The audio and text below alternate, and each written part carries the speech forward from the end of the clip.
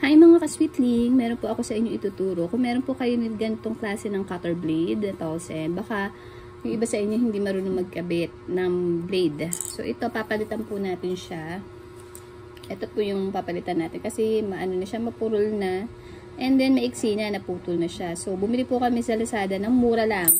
Ito yung pinaka cutter blade niya. So sa bawat isa nito, 10 pieces na po ang laman. Yan, 3 ang binili ko. Worth, alam niyo kung magkano, 54 pesos lang po siya kasi naggamitan ko po siya ng coins. So, kapag bibili po kayo sa Lazada, tip lang po, gamit po kayo ng coins. Sayang din po yon, log in nyo lang po at malaki po yung matitipid nyo. Tapos, free shipping pa siya. Yan. So, yung parang paggamit po nito, kailangan nyo lang po tanggalin yung pinaka, ito po, yung lock niya sa may puwitan. Dalawa po kasi ito, may lock po yan sa puwitan. Yan. Kakalasin nyo lang po yan. Ako ginamitan ko po nitong screwdriver kasi medyo mahigpit. So, pupush nyo lang po rito. Pag napush nyo po yan, hilahin nyo na po ito, yung pinakalagayan po ng blade. Yan. Kasi ito po yung sa lumang blade ko nakalagay. Yan, nakaganyan po siya. Yan po, no? So, ngayon, tatanggalin nyo po yan from here. Ayan, nakapasok po kasi yan dito. Ayan, hilahin nyo lang po siya palabas. Yan. So, pag nahila nyo na po siyang palabas, pwede nyo na siyang palitan. Ito po yung nabili ko dun sa Lazada na, ayan, ng mga blade niya. So, lahat po yan sa loob may oil para po iwas po siya sa kalawang. So, yung isa po na ikabit ko na, ito, kakabit ko naman po yung isa. Yan. Kita nyo?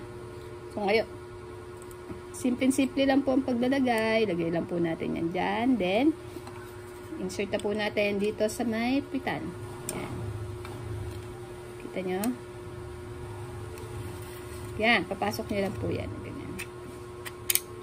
Yun. And then, yung pinaka-pulak niya, ito yung lock. Yan. Yung gagawin niya lang, lalagay po natin ulit yan dito sa may pitan. Pasok lang po natin. Yan. So, ganyan po.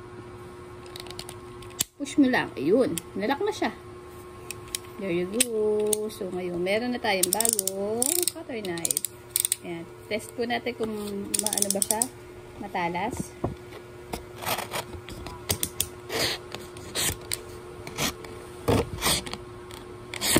Okay naman, matalas naman. There. Yun. So, bago na po uli. 54 pesos lang po itong nabili kong 3 piraso na ito sa Lazada.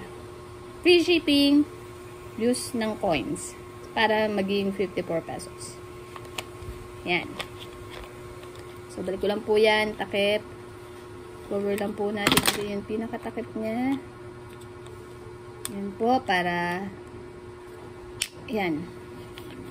Para meron ulit tayong reserve ba kapag mapurol na po yung ating mga cutter knife. Ayan.